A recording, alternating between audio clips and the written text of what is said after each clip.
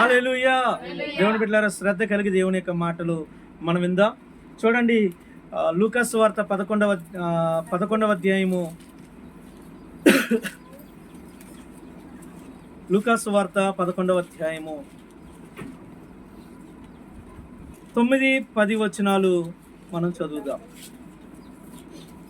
అటువలే మీరును అడుగుడి మీకు ఇయ్యబడును, వెదకుడి మీకు దొరుకును, తట్టుడి మీకు తీయబడును, అడుగు ప్రతివానికి ఇయ్యబడును, వెదుకువానికి దొరుకును, తట్టువానికి తీయబడునని మీతో చెప్పుచున్నాను. హల్లెలూయా.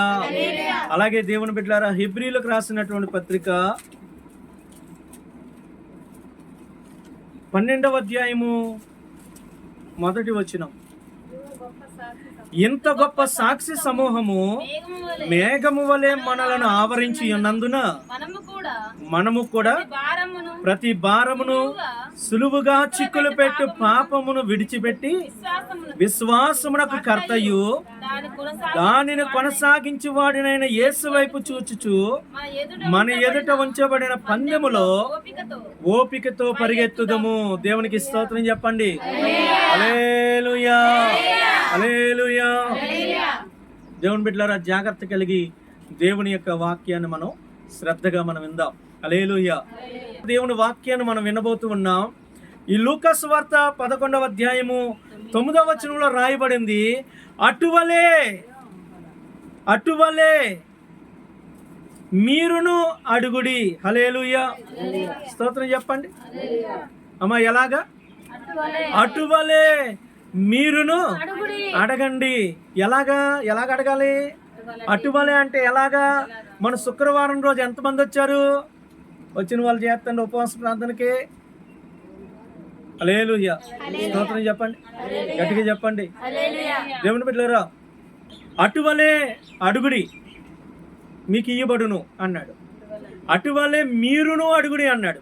అమ్మా, మీరును అంటే ఇంతకుముందు ఎవరు అడిగారు? ఇంతకుముందు ఎవరో అడిగారు, ఇంతకుముందు ఎవరో ప్రార్థన చేశారు, వాళ్ళు పొందుకున్నారు. అలాగే మీరు కూడా అడగండి అంటున్నాడు దేవుడు. హల్లెలూయా. ఎలాగ అడగాలి? ఏ రకంగా అడగాలి? ఎవరు అడిగారు? బైబిల్లో ఎవరు అలాగ అడిగి పొందుకున్న వాళ్ళు ఎవరున్నారు? ఈరోజు దేవుని బిడ్డలారా, స్వార్థంలో నుంచి కొంతమంది చేసిన ప్రార్థన, వారు ఎలాగ అడిగారు, దేవుని సన్నిధికి వచ్చినప్పుడు వారు ఎలా వచ్చారు, ఎలాగ అడిగారు, ఎట్లా ప్రార్థన చేశారు, లేదా ప్రభువు ఎలా ప్రార్థించమని చెప్పాడు అనేది కొన్ని విషయాలు సువార్తల్లో నుంచి మనం కొన్ని విషయాలు మనం నేర్చుకుందాం. దేవునికి స్తోత్రం చెప్పండి, గట్టిగా చెప్పండి. హల్లెలూయా. చూడండి దేవుని బిడ్డలారా, మొట్టమొదటిగా మార్కు సువార్త 10వ అధ్యాయంలో నుంచి మనం కొన్ని మాటలు మనం ధ్యానం చేద్దాం. మార్కు సువార్త 10వ అధ్యాయం 46వ వచనం నుంచి చదువుతున్నాను, జాగ్రత్తగా చూడండి. వారు యెరికో పట్టణమునకు వచ్చిరి. ఆయన తన శిష్యులతోనూ బహుజన సమూహముతోనూ యెరికో నుండి బయలుదేరి వచ్చుచుండగా తీమాయి కుమారుడకు బర్తమయ్యను గ్రుడ్డి భిక్షకుడు త్రోవ ప్రక్కన కూర్చుండెను.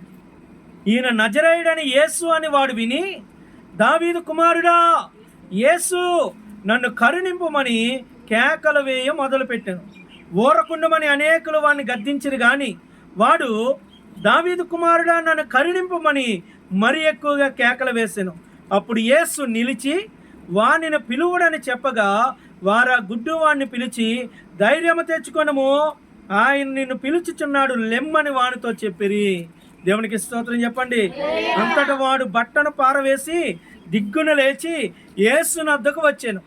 యేసు ప్రభు అంటున్నాడు, నేను నీకేమి చేయగోరుచున్నావని వాడిని అడగగా ఆ గుడ్డివాడు, బోధకుడా నాకు దృష్టి కలగజేయమని ఆయనతో అనేను. అందుకు యేసు, నీవు వెళ్ళుము, నీ విశ్వాసము నిన్ను స్వస్థపరిచినని చెప్పాను. దేవునికి స్తోత్రం చెప్పండి. వెంటనే వాడు త్రోవను ఆయన వెంట చూపు పొంది వెళ్ళెను. హల్లెలూయా. గట్టిగా దేవునికి స్తోత్రం చెప్దాం.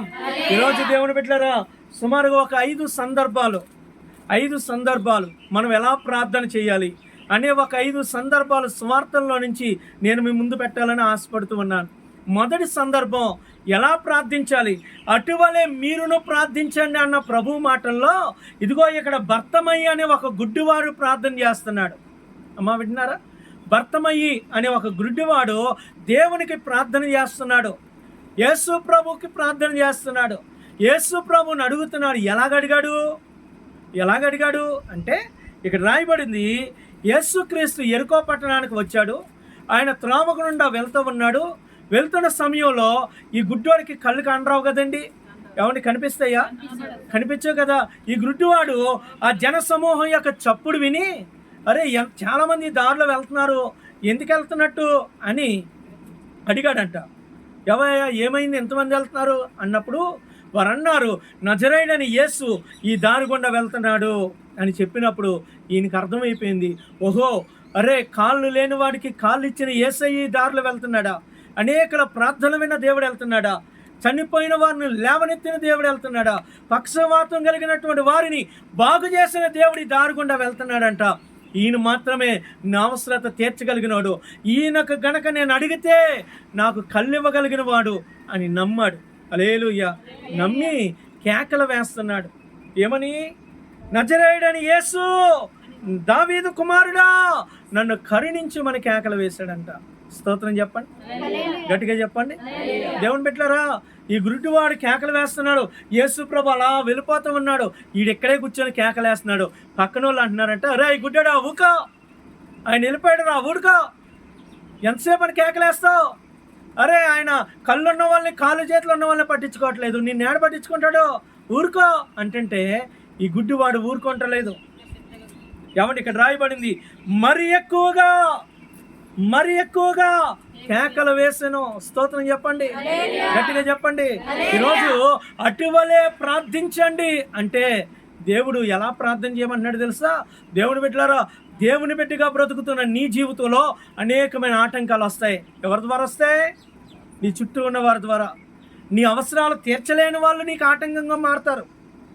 నీ భక్తి జీవితంలో నిన్ను అభివృద్ధి పరచలేని వాళ్ళు ఎవరు నిన్ను అడ్డుకోవాలని చూస్తారు. హల్లెలూయా, స్తోత్రం చెప్పండి. వారి ద్వారా నీకు ఏమైనా ప్రయోజనం జరిగిద్దంటే ఉండదు. వారు ఏమైనా నీ అవసరాన్ని తీరుస్తారంటే తీర్చరు. కానీ ఏం చేస్తారో, నిన్ను మాత్రం దేవుడి దగ్గర రాకుండా అడ్డగిస్తారు, నిన్ను మాత్రం ప్రార్థన చేయకుండా అడ్డగిస్తారు, నిన్ను మాత్రం నిరుత్సాహపరచాలని చూస్తారు. హల్లెలూయా. అలాంటి పరిస్థితులు ఇదిగో ఇక్కడ ఈ వ్యక్తి ఎదుర్కొంటూ ఉన్నాడు. అలాంటి పరిస్థితుల్లో ఈ వ్యక్తి ప్రార్థన ఆపడా? మాట్లాడలేదండి. కేకలు ఆపడా? లేదు. వేస్తున్న కేకలు ఆపలేదు, కానీ ఆటంకం వచ్చిన కొలది మరీ ఎక్కువ కేకలు వేశాడు. స్తోత్రం చెప్పండి. చుట్టుప్రక్కల ఉన్న వాళ్ళు నిరుత్సాహపరిచే కొలది, అడ్డగిస్తున్న కొలది ఇతని భక్తి చల్లారిపోలేదు, ఇతని ప్రార్థన చల్లారిపోలేదు, మరీ ఎక్కువగా కేకలు వేశాడంట. దేవునికి స్తోత్రం. ఈరోజు దేవుని బిడ్డలారా, ప్రభు అటువలే ప్రార్థించండి అంటే ఏమని చెప్తున్నాడు తెలుసా? బిడ్డ, నువ్వు ప్రార్థన చేయడానికి ఎన్నో ఆటంకాలు నీ జీవితంలో ఉండొచ్చు, ఎంతోమంది ఆటంకపరిచేవారు నీ జీవితంలో ఉండొచ్చు, అడ్డగించే వాళ్ళు ఉండొచ్చు, నిరుత్సాహపరిచే వాళ్ళు ఉండొచ్చు.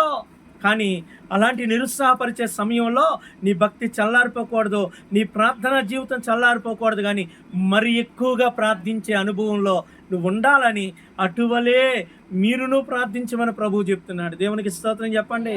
హల్లెలూయా.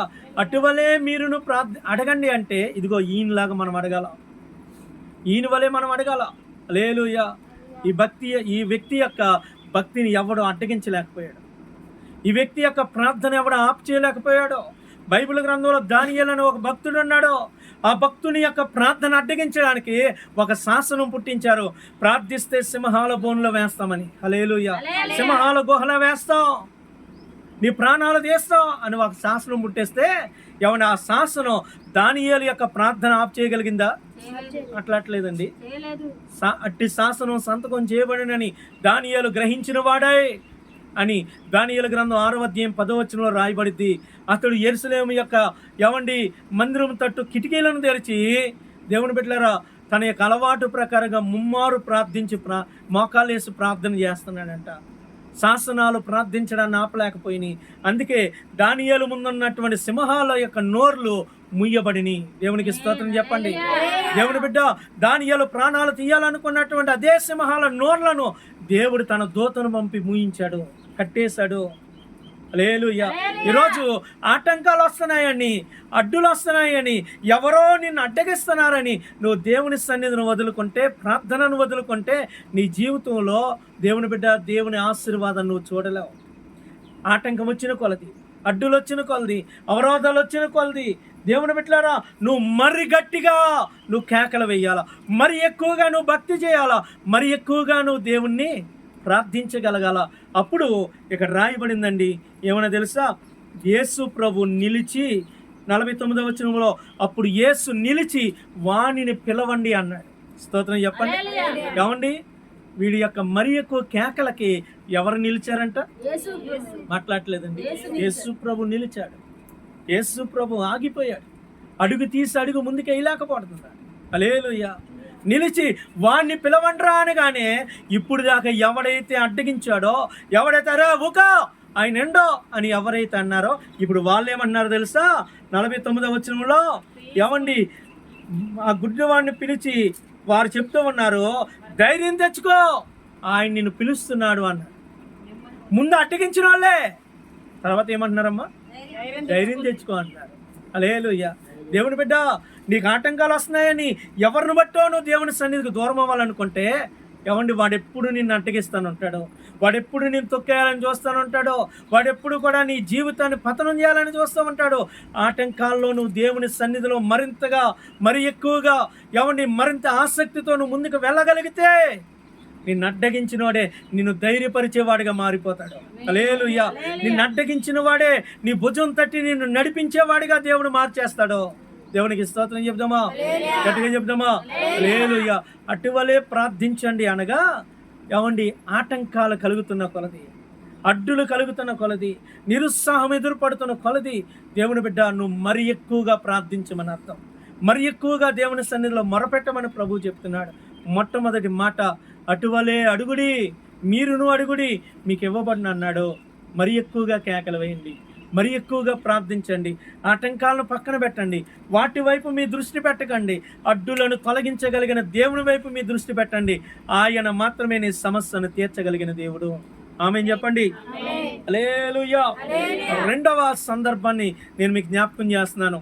అటువలే ప్రార్థించండి అంటే ఎలా ప్రార్థించమని దేవుడు కోరుతా ఉన్నాడు. మత్తయి సువార్త 15వ అధ్యాయము 21వ వచనం నుండి మనం చదువుదాం. యేసు అక్కడి నుండి బయలుదేరి తూరు సిదోనుల ప్రాంతములకు వెళ్ళగా ఇదిగో ఆ ప్రాంతముల నుండి కనాను స్త్రీ ఒకటి వచ్చి, ప్రభువా దావీదు కుమారుడా నన్ను కరుణించుము, నా కుమార్తె దయ్యం పట్టి బహు బాధపడుచున్నదని కేకలు వేసెను. అందుకాయన ఆమెతో ఒక మాట అయినను చెప్పలేదు. స్తోత్రం చెప్పండి, గట్టిగా చెప్పండి. ఏమండి ఈమె ఏం చేస్తుందంట? కేకలు వేసి ప్రార్థన చేస్తుందంట. ఎందుకొరకు అమ్మా? ఎందుకొరకు? తన కుమార్తె కొరకు. మొదటి వ్యక్తి ఏమో తన కొరకు కేకలేస్తాడు, ఈమెమో తన కుటుంబం కొరకు కేకలేస్తుంది, తన పిల్లల కొరకు కేకలు పెడుతుంది. హల్లెలూయా. స్తోత్రం చెప్దామా? దేవుని బిడ్డలారా ఈమె అంతా కేకలు పెడుతూ అడుగుతుంది, కానీ ప్రభు ఏమన్నా మాట్లాడా? మాట్లాడలేదండి. ప్రభు ఒక్క మాట అయినా చెప్పాడా? చెప్పలా. ఆమె అరుపులు యేసేకి ఎన్ని రావట్లేదా? ఆమె కేకలు ప్రభు చెవుల్లోనికి వెళ్ళట్లేదా? మాట్లాడండి. వెళ్తున్నాయండి. ఎందుకంటే పక్కన శిష్యులు అంటున్నారు, దేవుని బిడ్డలారా ఈమె మన వెంబడి కేకలు వేయచ్చుంది కదా, నీకు ఎన్ని రావట్లేదు, ఈమెను పంపేయచ్చు కదా అని యేసు ప్రభుతో వారు మాట్లాడుతున్నారు. అంటే ఈమె కేకలు ఎంత గట్టిగా పెడుతుందో, చెవులు చిల్లులు పడేంతగా కేకలు పెడతా ఉంది. ఏమండి అర్థమవుతుందా? దేవుని బిడ్డలారా విడువక వీరు వెంబడి పరిగెడుతూ కేకలు పెడుతుంది. దేవుని బిడ్డ ఈరోజు నీ పరిస్థితులను బట్టి అమ్మా ఏదో వచ్చి ఒక 2 నిమిషాలు మోకాళ్ళు వేసి వెళ్ళిపోతే నీ జీవితం మారదో, నీ కుటుంబ పరిస్థితులు మారో. హల్లెలూయా. దేవునికి స్తోత్రం చెప్పండి. హల్లెలూయా. ఏమండి నీ సేవకుడు మనసు మారి నీ కొరకు ప్రభువుకు మొరపెట్టేంతగా నీ కేకలు ఉండాలి, నీ భక్తి జీవితం ఉండాలి. హల్లెలూయా. ఈరోజు దైవజనులకి సంఘం పట్ల ఏమండి ప్రార్థించాలని ఆశ ఎందుకు ఉండాలో తెలుసా? సంఘం వారి కుటుంబాల పరిస్థితుల కొరకు వారే మొరపెట్టట్లేదు. ఇంక నీ సేవకుడు ఏం ప్రార్థన చేస్తాడు? మాట్లాడండి. ఇప్పుడు నీ కుటుంబంలో ఉన్న పరిస్థితుల కొరకు ఏనాడైనా నువ్వు మందిరానికి వచ్చి నీ అంతటి నువ్వు మందిరానికి వచ్చి మోకాలేసి కన్నీళ్ళు గార్చవా? ఏమండి, నీకెవ్వరు పిలవకుండానే, ఎవ్వరు చెప్పకుండానే, ఇదిగో నేను వెళ్తా, నా దేవుని సన్నిధికి వెళ్తా అని నువ్వు వచ్చి కన్నీళ్ళు గార్చి ప్రార్థించే లక్షణం నీకుంటే నీ సేవకుడు నీ కొరకు ప్రార్థిస్తాడు, నీ సంఘం నీ కొరకు ప్రార్థిస్తుంది. దేవుని బిడ్డ, నీకే ప్రార్థించే మనసు లేనప్పుడు నీ సేవకుడేం నీ కోసం ప్రార్థన చేస్తాడు? నీకే ప్రార్థించే మనసు లేనప్పుడు నీ సంఘం నీ కొరకు ఏం ప్రార్థన చేస్తుంది? హల్లెలూయా. ఈమె కేకలకి పక్కనున్న శిష్యులు యేసు ప్రభువుకు మొరపెడుతున్నారు. అయ్యా, ఈమె కేకలు వింటున్నావు కదా, ఈమె ఇంకా మన వెంబడి రాకుండా, ఈమె కేకలు వేయకుండా ఈమె అక్కరం మీరు తీర్చండి అయ్యని ప్రభువుతో చెప్తున్నారు. హల్లెలూయా. ఇప్పుడు యేసు ప్రభు ఏమన్నాడండి? ఏమన్నాడు? ఏమండి దేవుని బిడ్డలారా, ఇక్కడ రాయబడింది, ఇశ్రాయేలు ఇంటి వారై నశించిన గొర్రెల యొద్దకే కానీ మరి ఎవని యొద్దకైనా నేను పంపబడలేదు అన్నప్పుడు, అయినప్పటికీ ఆమె వచ్చి అంటుంది, అయ్యా అయ్యా నాకు సహాయం చేయమని అడిగితే యేసుప్రభు అన్నాడు, ఇదిగో పిల్లల రొట్టె మొక్క తీసి కుక్క పిల్లలకి వేయడం చెప్తామా? అది మంచి పద్ధత? నా పిల్లల కడుపు నింపిన తర్వాత అప్పుడు కుక్కలకి వేస్తాను నేను అన్నాడు. అంటే ఆమెను ఏమన్నాడు? అట్లా అండి, కుక్కతో పోల్చాడు. మారు సమాధానం చెప్పకపోవడమే కాకుండా నువ్వు కుక్కవి, నువ్వు నా పిల్లల కడుపు నిండిన తర్వాత నీకు ఎడతానన్నాడు. మరి ఆమె ఏమందా తెలుసా? ఏమండి, ఆమె ఏమందా తెలుసా?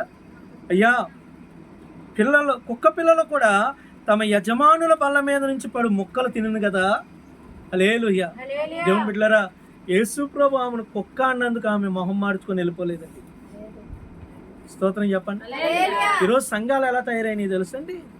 దైవజనుడు చిన్న మాట అంటే, చిన్న మాట, ఏదైనా చిన్న మాట ఏమండి అంటే సంఘం ఉండట్లేదు. సంఘం ఓర్చుకునే లక్షణం సంఘస్థులకి ఉండట్లేదు. సహించే గుణం ఉండట్లేదు. దావీదేమన్నాడు తెలుసా?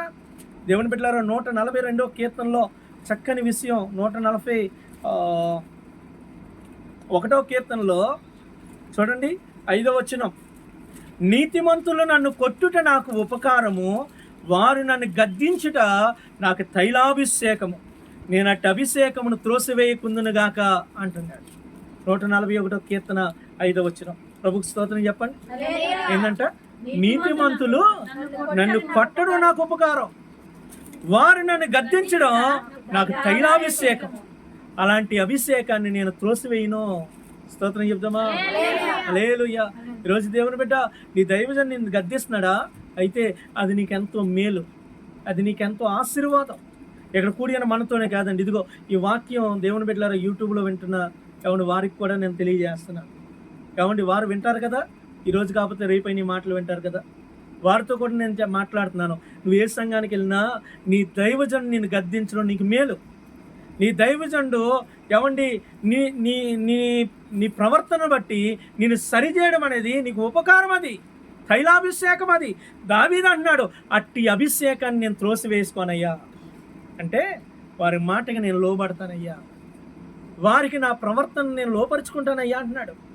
నేటి సంఘాల్లో ఆ లక్షణం ఉండట్లేదండి, ఆ గుణం ఉండట్లేదు. దైవజనుడు చిన్న మాట అంటే సంఘాల నుంచి తొలగిపోతూ ఉన్నారు. ఏమండి, ఇదిగో ఈమె దేవుని బిడ్డలారా, ఆమె వెనకాల పడి కేకలేస్తున్నా యేసుప్రభు పట్టించుకున్నాడా? చెప్పండి చెప్పండి. మాట్లాడలేదు. హల్లెలూయా. ఏమండి, మొన్న ఒక 2 నెలల క్రిందట ఒక సహోదరు నాకు 1-2-3 సార్లు ఫోన్ చేసింది. నేను ఫోన్ ఎత్తలేదు, అంతే మొహం మార్చింది. హల్లెలూయా. నేను అయ్యగారికి 2-3 సార్లు ఫోన్ చేస్తే నా ఫోన్ ఎత్తడా? నా ఫోను? హల్లెలూయా. స్తోత్రం. మరే నువ్వు ఫోనే చేసావు తల్లి, ఈమె కేకలు పెట్టింది, వెనకాల పడి కేకలేస్తుంది. హల్లెలూయా. స్తోత్రం చెప్పండి. ఒకవేళ యేసు ప్రభు కాలంలో కనుక ఆమె ఉండుంటే, నాకు ఫోన్ చేసిన ఆమె ఉండుంటే, నేను కేకలేస్తుంది పట్టించుకోడు ఈయన కాకపోతే ఇంకొకరు లేడని ఇంకో దగ్గరికి వెళ్ళేదేమో. స్తోత్రం చెప్పండి. అట్లేదు అమ్మా, అవునా కదా? చెప్పరేంటి? వెళ్ళేదేమో. హల్లెలూయా. దేవుని బిడ్డలారా, సహనం ఉండాలా. దీవించబడాలంటే సహనం ఉండాలా. హల్లెలూయా. నీలో సహనం లేకపోతే నీకు దీవెన దూరం అయిపోద్ది. ఏమండి, ఈమెను కుక్కకి పెడతానా నేను అన్నాడు యేసు ప్రభు. కుక్కకి నేను పెడతానా? కుక్కతో పోల్చాడు. పేతురుని సాతానుతో పోల్చి మాట్లాడాడు. కానీ వీరు దేవుడి దగ్గర నుంచి తొలగిపోలేదండి. కాబట్టి తర్వాత కాలంలో వారు దీవించబడ్డారు. దేవుని బిడ్డలారా, ఎవరి ఆ మాటలను బట్టి వీరు అవమానంగా తీసుకోలేదు. దాంట్లో కూడా దేవుని ఆశీర్వాదాన్ని ఎత్తుక్కున్నారు. వీళ్ళు దానిలో కూడా దేవుని యొక్క ఆశీర్వాదాన్ని ఎత్తుక్కున్నారు. తగ్గించుకున్నదే. ఈమెమంటుంది, అయ్యా సరే నేను కుక్కలాంటి దాన్ని అనుకో, మరి నీ బల్ల మీద నుంచి కింద పడే ముక్కలైనా నాకు అయ్యయ్యా. స్తోత్రం చెప్పండి, గట్టిగా చెప్పండి. నువ్వు తిన్న తర్వాత కింద మరి పడతా ఉంటాయి కదయ్యా, మరి అయ్యైనా కుక్కకే వేయాలి కదా, ఆ కుక్కని నాకే అయ్యయ్యా అంది. స్తోత్రం చెప్పండి. ఎంత తగ్గింపండి, ఎంత తగ్గింపు కలిగిన మనసు అండి. నువ్వు దేవుని సంఘానికి వస్తున్నావు అంటే నీలో తగ్గింపు లేకుండా, ఏమండి నీలో ఒక సమర్పణ లేకుండా, దేవుని బిడ్డలారా పౌరుషంతో ఎవరే మాట అన్నా నా కోసమైన పౌరుషంతో నువ్వు తప్పిపోతే ఈ ఆశీర్వాదం నువ్వు కోల్పోతావు. బహుకాలం నుంచి బాధపడుతున్నాడు దెయ్యం పట్టి ఆ బిడ్డ. దేవుని బిడ్డ ఆ మాట ఎప్పుడైతే ఈమందో యేసుప్రభు అన్నాడు, అమ్మా నీ విశ్వాసం గొప్పది. స్తోత్రం చెప్పండి. ఏమన్నాడమ్మా? నీ విశ్వాసం గొప్పది. హల్లెలూయా. నీవు కోరినట్టే నీకు అవునుగాక అన్నాడు. ఏమండి వెంటనే ఆ గడియలోనే ఆమె కుమార్తెకు స్వస్థత వచ్చేసింది. స్తోత్రం చెప్పండి. ఆ గడియలోనే ఆమె బిడ్డకు స్వస్థత కలిగింది. ఈరోజు దేవుని బిడ్డ, నువ్వు సహించే లక్షణం లేకపోతే సంఘంలో నీ దైవజనుడు కావచ్చు, నీ మేలు కోరి నిన్ను గద్దించే వాళ్ళు కావచ్చు, ఎవరిని నిన్ను ఒక మాట అన్నప్పటికీ నువ్వు సహించుకొని అణిగి మణిగి నువ్వు ఉండగలిగినప్పుడే దేవుని యొక్క దీవెన నువ్వు చూడగలుగుతావు. ఆమేన్. అటువలే ప్రార్థించండి అంటే దేవుని బిడ్డలారా, ఇదిగో ఈమె అవమానం ఎదురైనా దేవుని దగ్గర నుంచి తొలగిపోలేదు. ఎంత భయంకరమైన అవమానం అండి. అంతమందిలో పట్టుకొని నువ్వు కుక్కలాంటి దానం అంటే ఆ మొహం పాపం ఎంత చిన్నబోయి ఉంటుంది. అమ్మా చిన్నబాధ, నా వైపు చూడండి, చూడట్లేదండి. అమ్మో హల్లెలూయా. ఏమండి నువ్వు కుక్కలాంటి దానం అంటే ఆ మొహం ఎంత చిన్నబోయి ఉంటుందండి. అవునా కదా? మాట్లాడట్లేదండి. కానీ ఈమె అంత చిన్నపోయినప్పటికీ దేవుని పాదాలు మాత్రం వదల్లా. అవునయ్యా నేను కుక్కనే అందే.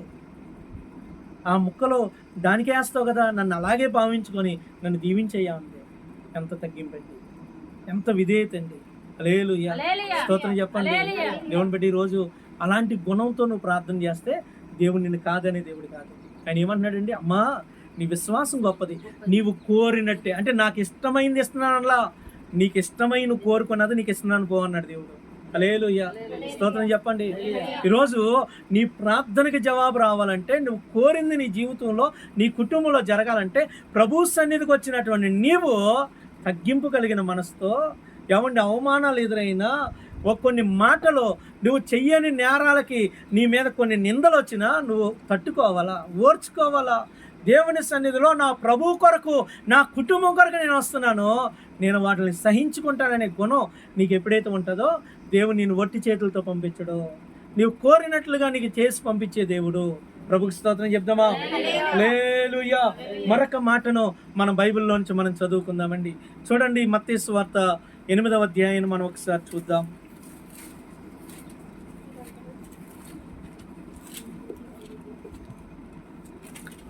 మత్తయి సువార్త 8వ అధ్యాయంలో 5 నుంచి 7 వచనాలు. ఆయన కపెర్నహూములో ప్రవేశించినప్పుడు ఒక శతాధిపతి ఆయన యొద్దకు వచ్చి, ప్రభువా నా దాసుడు పక్షవాయువుతో మిగుల బాధపడుచు ఇంటిలో పడి ఉన్నాడని చెప్పి ఆయనను వేడుకొనెను. యేసు నేను వచ్చి వానిని స్వస్థపరిచేదనగా అని అతనితో చెప్పగా ఆ శతాధిపతి అంటున్నాడు, ప్రభువా నీవు నా ఇంటిలోనికి వచ్చుటకు నేను పాత్రుడను కాను. స్తోత్రం చెప్పండి. 9వ వచనం చదువుదాం. నేను కూడా అధికారానికి లోబడిన వాడును, నా చేతి కిందను సైనికులు ఉన్నారు. నేను ఒకను పొమ్మంటే పోతాడు, ఒకను రమ్మంటే వచ్చును అని, నా దాసుని పని చేయమంటే వాడు చెయ్యనని ఉత్తరం ఇచ్చాను. స్తోత్రం చెప్పండి. యేసు ఈ మాట విని ఆశ్చర్యపడి వెంట వచ్చుచున్న వారిని చూసి, ఇశ్రాయేలీల్లో ఎవరికైనాను నేనింత విశ్వాసం ఉన్నట్టు చూడలేదని నిశ్చయముగా మీతో చెప్పుచున్నాను. స్తోత్రం చెప్తామా, గట్టిగా చెప్తామా. శతాధిపతి అమ్మా, ఎవరు? శతాధిపతి. ఎవరండి శతాధిపతి? ఎవరి శతాధిపతి అంటే ఒక అన్యుడు. ఎవరమ్మా? ఈయన యూదుడు కాదు. యేసు ప్రభు కాలంలో యూదులు కాని వారిని అన్యులుగా వారు భావించేవాళ్ళు. హల్లెలూయా. యూదా జాతి లేదా ఇశ్రాయేలీలకు సంబంధించిన వాడు కాదు, ఒక అన్యుడు. లూకాసు వార్తలో ఈ మాటలు చక్కగా రాయబడి ఉంటాయి. హల్లెలూయా. దేవుని బిడ్డలారా, లూకాసు వార్తలో 7వ వచనంలో కూడా ఈ మాటలు అక్కడ రాయబడి ఉంటాయి. దేవునికి స్తోత్రం. హల్లెలూయా. ఇక్కడ అంటారు 4వ వచనంలో, వారు యేసునద్దకు వచ్చి, నీ వలన ఈ మేలు పొందుటకు అతడు యోగ్యుడు, అతడు మన జనులను ప్రేమించి. అమ్మా, ఎవరిని? మన జనులను అంటే ఇతను మన జనుడనా? కాదు. హల్లెలూయా. అతను మన జనులను ప్రేమించాడండి. అంటే అయ్యా, అతడు యూదులు కాకపోయినా యూదులమైన మనల్ని ప్రేమించినోడు, మన కొరకు ఒక మందిరాన్ని కట్టించాడు, ఒక సమాజ మందిరాన్ని కట్టించాడు అని యేసు ప్రభుతో చెప్తున్నారు. దేవునికి స్తోత్రం చెప్పండి. ఒక అన్యుడు ప్రభు సన్నిధికి వచ్చి ఏమని ప్రార్థన చేస్తున్నాడు? అయ్యా, నా దాసుడు పక్షవాయువుతో బాధపడుతున్నాడు. హల్లెలూయా. స్తోత్రం చెప్పండి. మొదట ఆయనేమో వ్యక్తిగతమైన అవసరం కోసం వచ్చాడు, రెండోవాడు కుటుంబం కొరకు వచ్చాడు, ఇప్పుడు మూడోవాడు దాసుల కొరకు, తన దగ్గర పనిచేసే ఉద్యోగస్తుల నిమిత్తం ప్రార్థించడానికి వచ్చాడు. స్తోత్రం చెప్పండి, గట్టిగా చెప్పండి. ఈ వచ్చినటువంటి ఆయన సామాన్యమైన వ్యక్తి కాదు. శతాధిపతి అనగా 100 మందికి అధికారి. హల్లెలూయా. 100 మందికి అధికారి. తన చేతి కింద అనేక మంది సైనికులు ఉన్నారంట. తన చేతి కింద సైనికులు ఉన్నారు. ఒకటి పొమ్మంటే పోతాడు, ఒకటి రమ్మంటే వస్తాడంటే ఇతని యొక్క క్యాడర్ ఎంత గొప్పదో అర్థం చేసుకోండి. ఇతని యొక్క పోస్టింగ్ ఎంత గొప్పదో అర్థం చేసుకోండి. అలాంటి వ్యక్తి యేసు ప్రభు దగ్గరికి వచ్చి ఏమంటున్నాడు? అయ్యా, నీవు నా ఇంటిలోనికి వచ్చుటకు నేను పాత్రుడిని కానయ్యా, నాకు అంత అర్హత లేదయ్యా, నువ్వు నా ఇంటిలో అడుగు పెట్టే అంత అర్హత నాకు లేదయ్యా. హల్లెలూయా. తగ్గించుకోవడం అంటే దేవుని బిడ్డలారా, ఏమీ లేనప్పుడు అయ్యా నేను అదేయ్యా ఇదేయ్యా అని ఏమీ లేనప్పుడు కాదు, అన్నీ ఉన్నప్పుడు నువ్వు తగ్గించుకోవాలి. నీకు అన్నీ ఉండి కూడా. హల్లెలూయా. స్తోత్రం చెప్పండి. అన్నీ ఉండి కూడా. మేము జగ్గిపేటలో ఆమోద వర్షిప్ సెంటర్లో చేసాం కదండి. నాకు బాగా నచ్చినటువంటి ఒక పద్ధతి ఏంటో తెలుసా? అక్కడ బాగా నచ్చిన పద్ధతి ఏంటో తెలుసా? చర్చిలో కుర్చీలు ఉండవు. చర్చిలో ఏముండవు. కొండలరావు గారు వచ్చినా కింద కూర్చుంటాడు. హల్లెలూయా. స్తోత్రం చెప్పండి. రెండోది, కొండలరావు గారు వచ్చి రావడం ఏం చేస్తాడు తెలుసండి?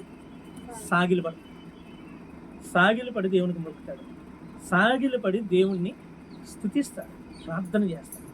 హల్లెలూయా. దేవుని బిడ్డలారా, మా ఏపీ తెలంగాణలో 10 మంది రిచెస్ట్ పర్సన్స్లో ఆయన కూడా ఒకడు. హల్లెలూయా. స్తోత్రం చెప్పండి. అంత ఉండి మందిరానికి వచ్చి ఏం చేస్తాడమ్మా? స్తోత్రం చెప్పండి. సాగిలు పడి ప్రార్థన చేస్తాడు.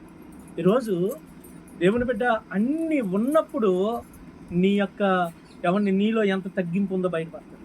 ఏమీ లేనప్పుడు కాదండి. ఏమీ లేనప్పుడు ఎవడైనా అణిగిమణిగి ఉంటాడు. అన్నీ ఉన్నప్పుడు అణిగిమణిగి ఉండాలి. అన్నీ ఉన్నప్పుడు కూడా నువ్వు దేవుని సన్నిధిలో తగ్గింపగలిగి ఉండాలా. హల్లెలూయా. స్తోత్రం చెప్పండి. మొన్నొకసారి సాక్ష్యం చెప్పినట్టున్నాను. వేదాంతుల్లో మేము పరిచయం చేసినప్పుడు అక్కడికి ఒక బ్రదర్ వచ్చి, వాడు సివిల్ ఇంజనీర్ అయినా యామాద్రి సిమెంట్ ఫ్యాక్టరీలో సివిల్ ఇంజనీర్. మేము 9 గంటలకు అక్కడ ఆరాధన, దేవుని బిడ్డలారా క్షమించండి, 9:30 10 గంటలకి ఆరాధన స్టార్ట్ చేసే వాళ్ళం. ఆయన 9 గంటలకే 3 కిలోమీటర్ల దూరం నుంచి నడిచి వచ్చేవాడు. ఆయన సివిల్ ఇంజనీర్ అయినా 3 కిలోమీటర్ల దూరం నుంచి నడిచి వచ్చేటోడు. మేము వెళ్ళే టైంకి చక్కగా స్కూల్లో పెట్టేవాళ్ళం. మేము ప్రార్థన అక్కడ స్కూల్ బిల్డింగ్లో పెట్టేవాళ్ళం. హాల్లో ఇలా పొడవుగా, ఇక్కడి నుంచి మన కృష్ణంకులు వాళ్ళ ఇల్లు దూరం ఉంటుంది హాలు, ఇలా పొడవుగా. మేము వెళ్ళే టైంకి చక్కగా పట్టాలేసి ఉండి 120 150 మంది కూడుకునే వాళ్ళు మాట. హల్లెలూయా. పిల్లలే ఒక 70 80 మంది ఉండేటోళ్ళు. విన్నారా? మేము వెళ్ళి టయానికల్లా అక్కడ పట్టాలేసి రెడీగా ఉండి మేము అనుకునే వాళ్ళు, అరే సండే స్కూల్ పిల్లలు ఎంత మంచివాళ్ళరా, ఎంత చక్కగా పరిచయం చేస్తున్నారు అనుకునే వాళ్ళం. ఒకరోజు ఆ ఊర్లో ఎవరికో బాగుండక ప్రార్థన చేయడానికి వెళ్ళాం. త్వరగా వెళ్ళి ఎలాగా అయింది కదా, వెళ్ళి అక్కడ పట్టాలని ఏందో అనేటప్పటికి ఆయన చీపురు పట్టుకుని ఊడుస్తున్నాడు. ఎవరు? Civil engineer. చీపురు తీసుకొని ఊడుస్తున్నాడు కింద. దేవుని బిడ్డలారా, గబగబా మేము వెళ్ళి అన్నాం. ఏమన్నా పక్కనే పూజిత అని ఒక అమ్మాయి ఉండేది ఆ ఇంటి ముందే. అమ్మ ఏంది నువ్వు ఉండి ఆ అన్నతో ఊడిపిస్తున్నావు అంటే, తీసుకో చీపురు తీసుకుంటే, అన్న ప్రతి వారం అన్న ఊడుస్తాడు, అన్న ప్రతి వారం అన్నే ఊడుస్తాడు, ప్రతి వారం అన్నే పట్టాలు వేస్తాడు, మమ్మల్ని ఎవరు నేనివ్వడం. హల్లెలూయా, స్తోత్రం చెప్పండి.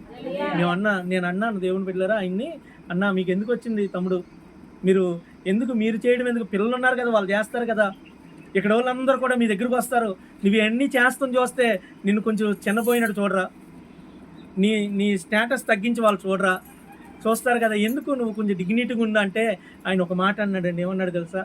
అన్న ఫ్యాక్టరీలో ఉన్నప్పుడు నేను సివిల్ ఇంజనీర్ని, దేవుని మందిరంలో కాదు. స్తోత్రం చెప్పండి. ఫ్యాక్టరీలో సివిల్ ఇంజనీర్, దేవుని మందిరంలో కాదు. ఆయనే ఇవ్వకపోతే ఆ ఉద్యోగం నాకు యాడ్ నుంచి వచ్చేది. హల్లెలూయా. ఆయన ఇస్తే నేను సివిల్ ఇంజనీర్ అయినా, ఆయన దగ్గరికి వచ్చి నేను సివిల్ ఇంజనీర్ అని టక్కు చేసుకొని కుర్చీలో కాలు మీద కాలు వేసుకొని కూర్చోండి ఎట్లా అన్నాడు ఆయన. దేవుని బిడ్డలారా, నేను దేవుని సన్నిధిలో చెప్తున్నా, ఏమండి ఆయన 2 నెలలు 3 నెలలు వచ్చాడు మా దగ్గరికి. 3 నెలల్లో మహారాష్ట్రలో ఒక సిమెంట్ కంపెనీ ఉంది పెద్దది, ఏమండి అక్కడికి మహారాష్ట్రలో సిమెంట్ కంపెనీ ఉంది, హేమాద్రి సిమెంట్ ఫ్యాక్టరీ నుంచి అక్కడికి ప్రమోషన్ మీద ఆయన ట్రాన్స్ఫర్ అయ్యాడు. హల్లెలూయా. ఇక్కడ మా దగ్గర చేసినప్పుడు 30,000 35,000 శాలరీ అయితే, అక్కడికి వెళ్ళినప్పుడు సుమారు 1,00,000 చిల్లర శాలరీ. హల్లెలూయా. 3 నెలల్లో ప్రమోషన్ వచ్చింది. అందులో ఎంతమంది సివిల్ ఇంజనీర్లు ఉన్నారో వాళ్ళందరూ ప్రమోషన్ కోసం ఎన్ని ప్రయత్నాలు చేశారో ఎవరికి రాలా, ఆయనకి దేవుడు ఇచ్చాడు. హల్లెలూయా. ప్రభు సన్నిధిలో మనం తగ్గించుకోగలిగితే దేవుడు నీ స్థితిని మారుస్తాడు, నేను హెచ్చిస్తాడు, నీ పరిస్థితులను దేవుడు మారుస్తాడు. హల్లెలూయా. ఈయన దేవుని సన్నిధికి వచ్చాడండి. ఎలా వచ్చాడు? ఒక శతాధిపతిగా రాలేదు, ఒక సామాన్యమైన వ్యక్తికి వచ్చాడు. యేసయ్య అంటున్నాడు, నీ ఇంటికి వస్తాను పదయ్య అంటే, ఈయన అంటున్నాడు, అయ్యా నువ్వు నా ఇంట్లో అడుగు పెట్టడానికి నాకు యోగ్యత లేదయ్యా, నా కింద 100 మంది ఉన్నారో, నాకు తెలుసు అధికారం ఎలా ఉంటుందో. ఒకడు రమ్మంటే వస్తాడు, ఒకడు పొమ్మంటే పోతాడు. నువ్వు ఒక్క మాట చెప్పావంటే ఆ రోగం పోతాయ్యా అంటే ఆయన గుర్తించాడు. ఏం గుర్తించాడు? యేసు ప్రభువులో ఉన్న అధికారాన్ని గుర్తించాడు. స్తోత్రం చెప్పండి అమ్మా, విన్నారా? యేసు ప్రభువులో ఉన్న అధికారాన్ని గుర్తించి ప్రార్థిస్తున్నాడు. ఈయనకి తెలుసు, అయ్యా నేను ఒక 100 మందికి అధికారిని, ఈ 100 మంది నా కింద ఉన్నారు, నేను ఒకటి రమ్మంటే వస్తాడు, పొమ్మంటే పోతాడు, వాడిని అక్కడి నుంచి ఇక్కడ రమ్మన్నా నేను వాడి దగ్గరికి వెళ్ళకలదుగా. కాబట్టి నువ్వు నా ఇంటి దాకా రావాల్సిన పని ఉందయ్యా, అది నీ కింద ఉంది, ఆ జబ్బు నీ కింద ఉంది, నువ్వు దాని మీద అధికారివి, ఎక్కడి నుంచి పొమ్మన్నా పోద్దే, నువ్వు ఒక్క మాట చెప్పు ఆ రోగం పోద్ది అన్నాడు. స్తోత్రం చెప్దామా? హల్లెలూయా. ఎంత గొప్ప విశ్వాసం అండి. అందుకే యేసయ్య అన్నాడు, ఇశ్రాయేలీలోనైనాను ఎంత విశ్వాసం నేను ఎవరిలో చూడలేదన్నాడు యేసయ్య. హల్లెలూయా. ఈరోజు ప్రార్థన చేస్తున్నామంటే దేవుళ్ళున్న అధికారం నీకు తెలియాలా, ఆయన ఎంత గొప్ప దేవుడో నీకు తెలియాలా, ఆయన ఏం చేయగలడో నీకు తెలియాలా, ఆయన నీ జీవితాన్ని ఎలా మార్చగలడో నీకు తెలియాలా. నువ్వు తెలుసుకొని ప్రార్థన చేయాలి. ప్రభుకి స్తోత్రం చెప్పండి. హల్లెలూయా. ఒకటి తగ్గింపు కలిగిన జీవితం నీలో ఉండాలి. రెండోది దేవుని అధికారాన్ని నువ్వు గుర్తెరిగిన స్థితిలో నువ్వు ప్రార్థించగలగాల. అప్పుడు నీ ప్రార్థనకు జవాబు వస్తుంది. ఆమేన్. హల్లెలూయా. గట్టిగా స్తోత్రం చెప్దామండి. హల్లెలూయా. దేవుని బిడ్డలారా, లూకాసు వార్త 18వ అధ్యాయాన్ని చెప్పి నేను వాక్యాన్ని ముగిస్తాను. 9వ వచనం, తామే నీతిమంతులమని తమ్ము నమ్ముకొని ఇతరులను తృణీకరించి కొందరితో ఆయన ఉపమానము చెప్పెను. ప్రార్థన చేయటకై 2 మనుషులు దేవాలయమునకు వెళ్ళిరి. వారిలో ఒకడు పరిసయ్యుడు, ఒకడు సుంకరి. శ్రద్ధగానండి. పరిసయ్యుడు నిలవబడి ప్రార్థన చేస్తున్నాడు, దేవా నేను చోరులను, అన్యాయస్తులను, వ్యభిచారులైన ఇతర మనుషుల వలనైనను, ఈ సుంకర వలనైనను ఉండనందుకు నీకు కృతజ్ఞతాస్తుతులు చెల్లించుచున్నాను. వారానికి 2 మార్లు ఉపవాసం చేస్తున్నాను, నా సంపాదన అంతట్లో 10వ వంతు చెల్లిస్తున్నానని తనలో తాను ప్రార్థన చేస్తున్నాడంట. మరి సుంకర ఏమని ప్రార్థన చేశాడండి? ఈ సుంకర దూరంగా నిలవబడి, ఏమండి, ఆకాశము తట్టు కన్నులెత్తుటకైన ధైర్యం చాలక రొమ్ము కొట్టుకొనుచు, దేవా, పాపినైన నన్ను కరుణించుమని పలికెను. ఇక్కడ వాక్యంలో రాయబడింది, అతని కంటే ఇతడు నీతిమంతుడిగా తీర్చబడి తన ఇంటికి వెళ్ళినని మీతో చెప్పుచున్నాను. తన్ను తాను హెచ్చించుకొనివాడు తగ్గింపబడిననియో, తన్ను తాను తగ్గించుకొనివాడు హెచ్చింపబడిననియో చెప్పాను. దేవునికి స్తోత్రం చెప్పండి. హల్లెలూయా. దేవుని బిడ్డలారా, శ్రద్ధగా వినండి. ఒక చిన్న మాటను చెప్పిన వాక్యాన్ని ముగిస్తాను. ఇప్పుడు పరిసయ్యుడు భక్తి చేస్తున్నాడా, చేయట్లేదా? ఏమండి, సుంకర కన్నా ఎక్కువ భక్తి చేస్తున్నాడు. సుంకర కన్నా ఎక్కువ వాక్యం చెప్పిన భక్తి అతను చేస్తున్నాడు. ఏం చేస్తున్నాడు? దేవుని బిడ్డలారా, వారానికి 2 సార్లు ఉపవాసం చేస్తున్నాడు. తన సంపాదన అంతట్లో 10వ భాగం ఇస్తున్నాడు. పాపం చేయట్లేదు, చోరుల్లాగా ఉండలేదు, దొంగతనాలు చేయట్లేదు, వ్యభిచారం చేయట్లేదు, నీతిగా బతుకుతున్నాడు. ఎవరో? పరిసయ్యుడు. ఇన్ని చేస్తున్నాడు కానీ ఏం లేదు, తగ్గింపు లేదు. ఇన్ని చేస్తున్నాడు కానీ దేవుని సన్నిధిలో తగ్గింపు లేదు. హల్లెలూయా. ఈ సుంకరి ఏం చేయట్లేదు, పైన ఇతను చేసిన భక్తిలో గింత కూడా చేయట్లేదు, కానీ తన పరిస్థితిని గురించి తనకు తెలుసు, తన ప్రవర్తన తనకు తెలుసు, తన జీవితం తనకు తెలుసు. కొంతమంది దేవుని బిడ్డలారా, వారి జీవితం వారికి తెలుసు. మందిరంలోకి వచ్చిన తర్వాత ఒక ముసుగు వేసుకుంటారు. ఏం వేసుకుంటారమ్మా? చెప్పట్లేదు. ఏంటి ముసుగు? భక్తి అనే ముసుగు, నీతి అనే ముసుగు. హల్లెలూయా. మరి బయట ఆ భక్తి ఉంటుందా? బయట ఉన్నప్పుడు ఆ నీతి బయట ఉంటుందా?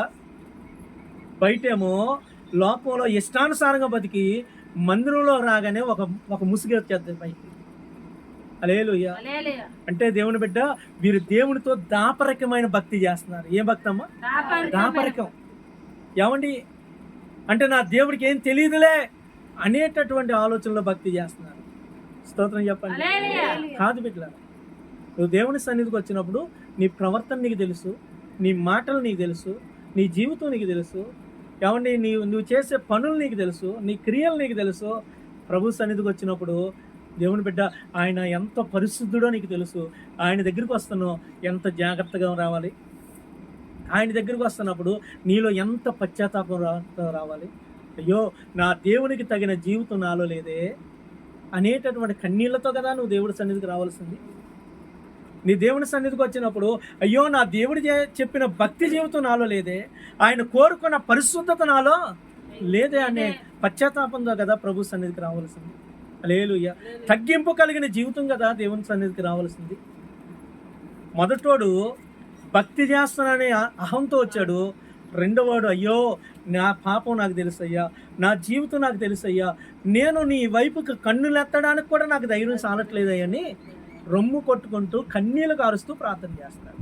ప్రభు అన్నాడు, దేవుని బిడ్డ, మొదటి వాడి కన్నా ఈడు నీతిమంతుడిగా తీర్చబడ్డాడంట. హల్లెలూయా. స్తోత్రం చెప్పండి. దేవుని సన్నిధిలో నీ ప్రార్థనకు జవాబును తెచ్చేది, నిన్ను నీతిమత్వంతో మార్చేది ఏంటో తెలుసా? తగ్గింపు. అమ్మా, ఏంటి? తగ్గింపు. నీ ప్రార్థన కన్నా మొదట నీలో చూసే తగ్గింపు. హల్లెలూయా. స్తోత్రం చెప్పండి, గట్టిగా చెప్పండి. హల్లెలూయా. గట్టిగా దేవునికి స్తోత్రం చెప్తామా? దేవుని బిడ్డలారా, ఎక్కడికన్నా వెళ్ళినప్పుడు చేతులు కట్టేస్తాం మనం. అయ్యగారు ఎక్కడికి వెళ్ళినా. ఏమండి, ఎందుకండి? వారం చిట్టీలు ఇచ్చేవాడి దగ్గర కూడా చేతులు కడతాం. హల్లెలూయా. స్తోత్రం చెప్పండి. కానీ ప్రభువు దగ్గరకు వచ్చినవాడికి మాత్రం కాళ్ళు ఎగరేస్తాం. ప్రభువు దగ్గరకు వచ్చినవాడికి మాత్రం కళ్ళు నెత్తి మీదకి ఎక్కితే ప్రభువు దగ్గరకు వచ్చినవాడికి మాత్రం మన జీవితంలో తగ్గింపు అనేది ఏ మూల భూతద్దం పెట్టేదిగినా మరి ఎట్లా దీవించబడతాం? నీ ప్రార్థన ఎలా దేవుడు వింటాడు? అటువలే ప్రార్థించండి అంటే అర్థం ఏంటి? ఇదిగో ఇలా తగ్గింపు కలిగిన జీవితంతో ప్రార్థించండి. హల్లెలూయా. ఎన్నున్నా నా దేవుని తర్వాత నా దేవుని దగ్గర నేను ఏమీ లేని వ్యక్తి, అవి దేవుడు ఇస్తేనే నాకు వచ్చినాయి కదా అని అవగాహనతో ప్రార్థన చేయి. శతాధిపతి వలె దేవుని బిడ్డ దేవుని యొక్క అధికారాన్ని గుర్తెరిగి ప్రార్థన చేయి. ఈ సుంకర వలె రొమ్ము కొట్టుకొనొచ్చు నీ పాపములను బట్టి పశ్చాత్తాపడుతూ దేవుని సహాయం కొరకు ప్రార్థన చేయి. ఆ కనాను స్త్రీ వలె దేవుని బిడ్డలారా, ఆ కనాను స్త్రీ చేసినట్లుగా అవమానాలన్నీ పక్కన పెట్టి, ఎన్ని నిందలు వచ్చినా ఎన్ని మాటలు వచ్చినా సహించుకుంటూ, అరే నా కొరకు, నా కుటుంబం కొరకు, నా దేవుని ఆశీర్వాదం నేను పొందడం కొరకు నేను ఎంత కిందకైనా దిగుతాననే అవగాహనతో, ఏమంటే ఆలోచనతో నువ్వు దేవుని సన్నిధిలో భక్తి చేయి. హల్లెలూయా, స్తోత్రం చెప్పండి. ఆ బర్తలోమయ వలె దేవుని బిడ్డలారా, అతని వలె ఏమండి ఎంతమంది అడ్డగించినా, ఎంత ఆటంకాలు వచ్చినా, ఎన్ని సమస్యలు వచ్చినా మరి ఎక్కువగా కేకలు వేస్తూ ప్రభువుకు ప్రార్థన చేయి. మరి ఎక్కువగా నీ భక్తి జీవితాన్ని కొనసాగించు. దేవుడు తప్పకుండా నీ ప్రార్థన వింటాడు, తప్పకుండా నీ ప్రార్థనకు జవాబిస్తాడు. మనం చదవం కదండి, హెబ్రీయులకు రాసినటువంటి పత్రికలో మొదట్లో నేను చదివించాను కదా, అక్కడ ఏమని రాశాడు దేవుడు? ఎంత గొప్ప సాక్షి సమూహం, ఏమని ఇంతమంది దేవుడు మన కళ్ళ ముందు పెట్టాడు, ఇన్ని ప్రార్థనలు మన కళ్ళ ముందు పెట్టాడు, ఇంత గొప్ప సాక్షి సమూహం మన చుట్టూ మేఘము వలె ఆవరించి ఉన్నప్పుడు మనం కూడా ఏం చేయాలంట? మనము కూడా ప్రతి భారమును సులువుగా చిక్కులు పెట్టి పాపాన్ని విడిచిపెట్టి విశ్వాసానికి కర్తయు దాన్ని కొనసాగించి వాడైన యేసయ్య వైపుకు చూస్తూ మన ఎదుట ఉంచబడిన పందెములో ఓపికతో పరిగెత్తాలంట. హల్లెలూయా, స్తోత్రం చెప్పండి. ఎంతమందిని దేవుడు మన ముందెట్టినప్పుడు ప్రతి భారాన్ని, ప్రతి పాపాన్ని మనం పక్కకు పెట్టాలా. సులువుగా చిక్కులు పెట్టే పాపం నుంచి మనం బయటికి రాగలగాల. హల్లెలూయా, యేసయ్య వైపుకు మనం చూడగలగాల. ఎంతమంది భక్తులు వారి జీవితాల్లో ఎలా ముందుకు నడిచారో మనం కూడా అలాగా ముందుకి నడవాలా, వారి వలె ప్రార్థించాలా. అందుకే యేసయ్య అంటున్నాడు, అటువలే మీరును అడుగుడి మీకు ఇయ్యబడును. ఆమేన్, హల్లెలూయా. కాబట్టి దేవుని బిడ్డలారా, మీరు భక్తి చేయట్లేదా? మనం భక్తి చేయట్లేదంటే చేస్తున్నాం. ఇదిగో దేవుడు కోరుకున్న భక్తి మనం అటువలే అంటే ఇక్కడ రాయబడిన కొంతమంది గురించి నేను చెప్పాను. ఇంకా బైబిల్ ఎందరో ఉన్నారు, ఎన్నో ప్రార్థనలు ఉన్నాయి, అవన్నీ చెప్పుకోవడానికి మన సమయం సరిపోదు. హల్లెలూయా. కాబట్టి దేవుని బిడ్డలారా, కనీసం ఇదిగో 4 విషయాలు చెప్పాను. నలుగురిని మన కళ్ళ ముందు మనం పెట్టుకున్నాం. మొదట బర్తలోమయిని పెట్టాను. హల్లెలూయా. ఏవండి, ఆటంకాల్లో కలిగిన కొలది మరి ఎక్కువగా కేకలు పెడుతూ మరి ఎక్కువగా వాటిని జయించుకొని భక్తి చేసిన బర్తలోమయిని పెట్టాను. రెండవది, కనాను స్త్రీని మీ కళ్ళ ముందు ఉంచాను. దేవుని బిడ్డలారా, ఎన్ని అవమానాలు వచ్చినా అవమానాల్లో కూడా సహించగలిగినటువంటి స్త్రీ ఈమె, తగ్గింపగలిగినటువంటి స్త్రీ ఈమె. అయ్యా నిజమేనయ్యా, నువ్వు ఇవ్వకపోతే నాకు ఎవరిస్తారయ్యా అని దేవుని యొక్క చేతుల వైపుకి చూసి భక్తి చేసిన స్త్రీ ఈమె. హల్లెలూయా. మూడవది, శతాధిపతిని మించాం. దేవుని బిడ్డలారా, ఎంత కలిగి ఉన్నా ఆ కలిగిందంతా నా ప్రభు వల్లే కదా అనేటటువంటి ఆలోచన కలిగినటువంటి ఆయన. హల్లెలూయా. అధికారానికి లోబడినటువంటి ఆయన, దేవుని యొక్క అధికారాన్ని గుర్తించగలిగిన ఆయన. నాలుగోదిగా, సుంకర్ని మీ కళ్ళ ముందు పెట్టాను. దేవుని బిడ్డలారా, ఒక ముసుగేసుకొని దేవుని సన్నిధికి రాలేదు, దేవుని ఎదుట తన జీవితాన్ని తెరిచిన పుస్తకంలాగా పెట్టాడు, ప్రభువుకు ప్రార్థించాడు, నీతిమంతుడిగా తీర్చబడ్డాడు. ఆమేన్, హల్లెలూయా. మనం కూడా అట్లా ఉందాం, అట్టి భక్తి చేద్దాం, అట్టి కృప దేవుడు మనకు దయచేయను గాక. అందరు తలలు వంచండి. దేవుని బిడ్డలారా, కళ్ళు మూసుకోండి, వీలైతే మోకరించండి. దేవుని బిడ్డలారా, దేవుని సన్నిధిలో ప్రార్థన చేద్దాం.